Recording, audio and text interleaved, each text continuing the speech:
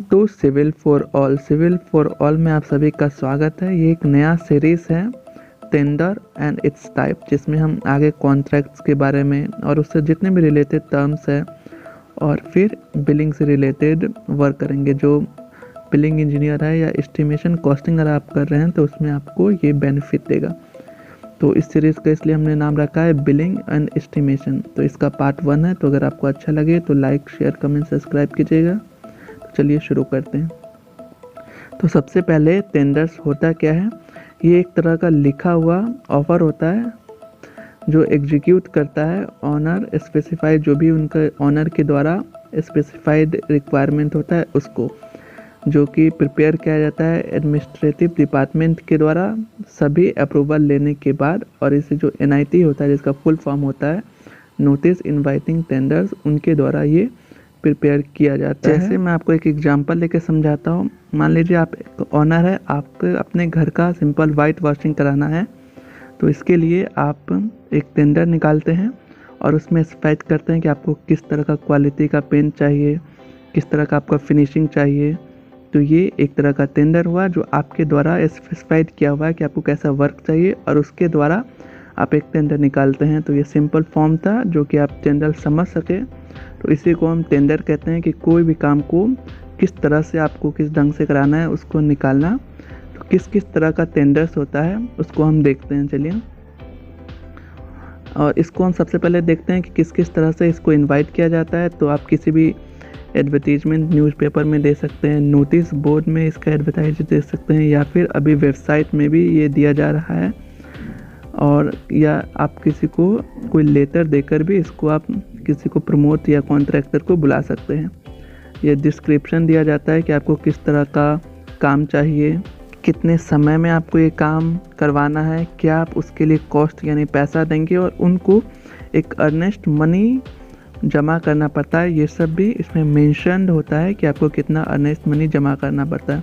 Earnest money वो money होता है जो आप उस काम के लिए कितना प्रिपेयर हो, उसके लिए जो पैसा जमा किया जाता है। तो उसके बाद हम देखते हैं कि कितने तरह का हमारा टेंडर्स होता है। तो पहले नाम देख लेते हैं और फिर एक एक करके इनके बारे में देखेंगे। तो सबसे पहले लोकल टेंडर्स होता है, फिर उसके बाद ग्लोबल टेंडर होता है जो लोकल टेंडर के बिल्कुल अपोजिट होता है। उसके बाद ओपन टेंडर होता है, उसके बाद से फिर फोर्थ सील्ड टेंडर्स होता है, और फिफ्थ लिमिटेड टेंडर्स, और लास्ट जो कि सिंगल टेंडर्स होता है। तो चलिए इन सबको एक एक करके देखते हैं कि ये सब है क्या। तो सबसे पहला हम टेंडर्स जो देखेंगे वो है फर्स्ट,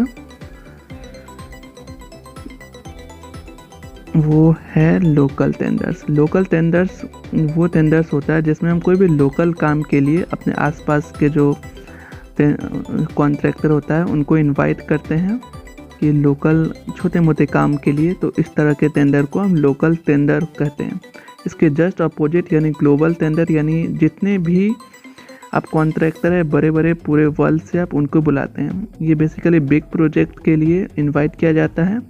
रिक्वायरमेंट होता है डिज़ाइन का, उस तरह का ग्लोबल स्पेसिफाइड होता है कि हमें किस तरह का वर्क चाहिए। तो इसके लिए हम पूरे ग्लोबल यानी पूरे वर्ल्ड से कॉन्ट्रैक्टर को इनवाइट करते हैं, इसलिए इनको ग्लोबल टेंडर करते हैं। और ये बड़े बड़े प्रोजेक्ट में, बड़े ब्रिज टनल्स इस तरह का या कोई भी बड़े प्रोजेक्ट में इसको इनवाइट किया जाता है। जो थर्ड होता है वो ओपन टेंडर होता है, जो कि सभी के लिए ओपन होता है। ये जो कि इसका स्पेसिफिकेशन कोई भी आप न्यूज़पेपर में आपको मिल जाएगा, और इसमें कोई भी ऐसा क्राइटेरिया नहीं होता है, कोई भी इंटरेस्टेड है वो कॉन्ट्रैक्टर आ सकता है। तो ये थर्ड तरह का टेंडर है, ओपन टेंडर। फोर्थ है सील्ड टेंडर, जो कि कुछ इम्पोर्टेंट जो हमारा कॉन्ट्रैक्टर होता है सिर्फ उन्हीं को इस प्रोजेक्ट के लिए बुलाया जाता है, यानी सील्ड होता है कुछ लिमिटेड के लिए। नेक्स्ट फिफ्थ होता है लिमिटेड टेंडर, जो कि कुछ सेलेक्टेड कॉन्ट्रैक्टर को ही बुलाया जाता है, सभी को नहीं। और लास्ट जो सिंगल टेंडर होता है, जो कि इसी का लिमिटेड टेंडर का एक एडवांस है, जिसमें सिर्फ एक ही कॉन्ट्रैक्टर को बुलाया जाता है, जो कि सिंगल टेंडर हुआ। तो ये थे टाइप्स ऑफ आपका टेंडर्स। अब देखते हैं कि इसका प्रोसेस क्या है, किस किस स्टेज में किया जाता है। तो प्रोसेस ऑफ टेंडर जो कि 4 स्टेज में किया जाता है। सबसे पहले आपको टेंडर का डॉक्यूमेंट प्रिपेयर करना पड़ता है, फिर इश्यू आपको टेंडर करना होगा और फिर सबमिशन करके टेंडर्स का और उसका एनालाइज किया जाता है सबमिशन होने के बाद, और फिर एक्सेप्ट कर लिया जाता है और फिर जिसको हमें देना है उसको अवॉर्ड कर लिया जाता है। सबसे पहले देखते हैं टेंडर डॉक्यूमेंट क्या है। टेंडर डॉक्यूमेंट जिसमें ड्राइंग स्पेसिफाइड रहता है, स्पेसिफिकेशन जो कि जनरल भी हो सकता है, डिटेल्ड भी हो सकता है, उसके बारे में काम के बारे में वो bill of quantity, condition of contracts के क्या क्या कंडीशन है ये भी मेंशन होता है। टेंडर फॉर्म भी मेंशन होता है। टेंडर फॉर्म में आपका स्टार्टिंग डेट, ड्यूरेशन, टेंडर का फॉर्म, ये सब मेंशन होता है कि आप किस तरह से अपने वर्क को एग्जीक्यूट करेंगे, कब स्टार्ट करेंगे और कितने समय में आपका एंड होगा आपका वर्क का। उसके बाद फॉर्म ऑफ एग्रीमेंट जिसमें क्या क्या आपका कंडीशन है, क्या किस तरह आपको वर्क करना है, क्या आपका बिल मिलेगा, सब मेंशन होता है।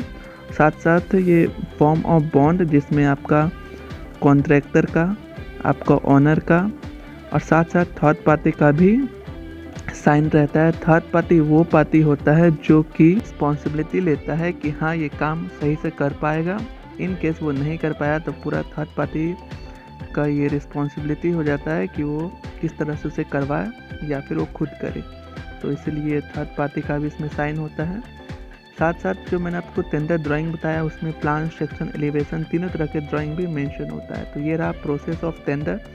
अब इस चीज़ को हम टेंडर्स को कैसे सबमिट करते हैं वो देखते हैं। तो प्रोसेस और सबमिट दी टेंडर, तो इसको हम इन्वॉल्व सिस्टम भी कहते हैं क्योंकि इसको हम इन्वॉल्व में सबमिट करते हैं। तो 4 इन्वॉल्व होते हैं जिसमें हमें सबमिशन किया जाता है। तो जो पहला इन्वॉल्व होता है उसमें हम अर्नेस्ट मनी रखते हैं, जैसे हम ईडी कहते हैं।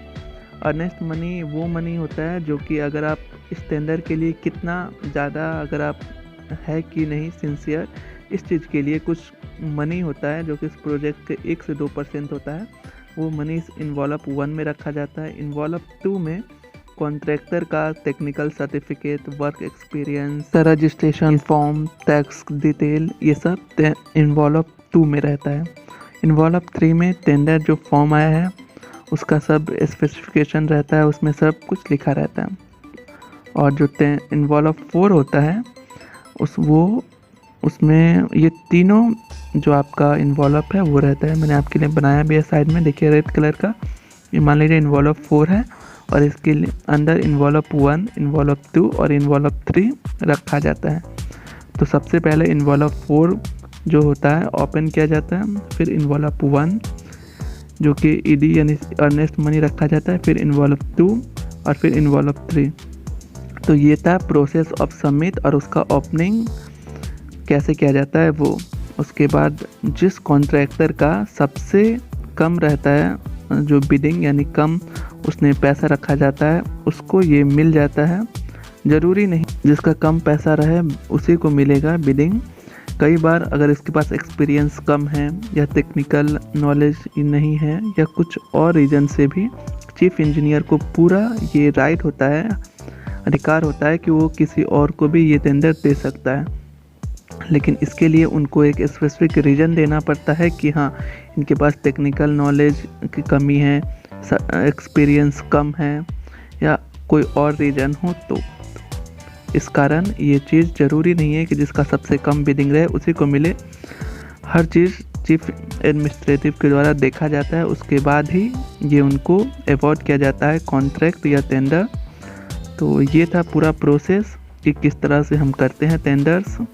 आई होप ये पसंद आया होगा आपको। ये जो सीक्वेंस है बिलिंग और एस्टिमेशन का ये बीच बीच में आता रहेगा और जो कंस्ट्रक्शन का है वो भी जैसे चल रहा है वैसे चलता रहेगा। आई होप ये वीडियो आपको समझ आया होगा। I hope you like the video. अगर कोई भी क्वेरी हो तो कमेंट में ज़रूर लिखिए। अच्छा लगा हो तो लाइक, शेयर, कमेंट, सब्सक्राइब कीजिए। Thanks for watching.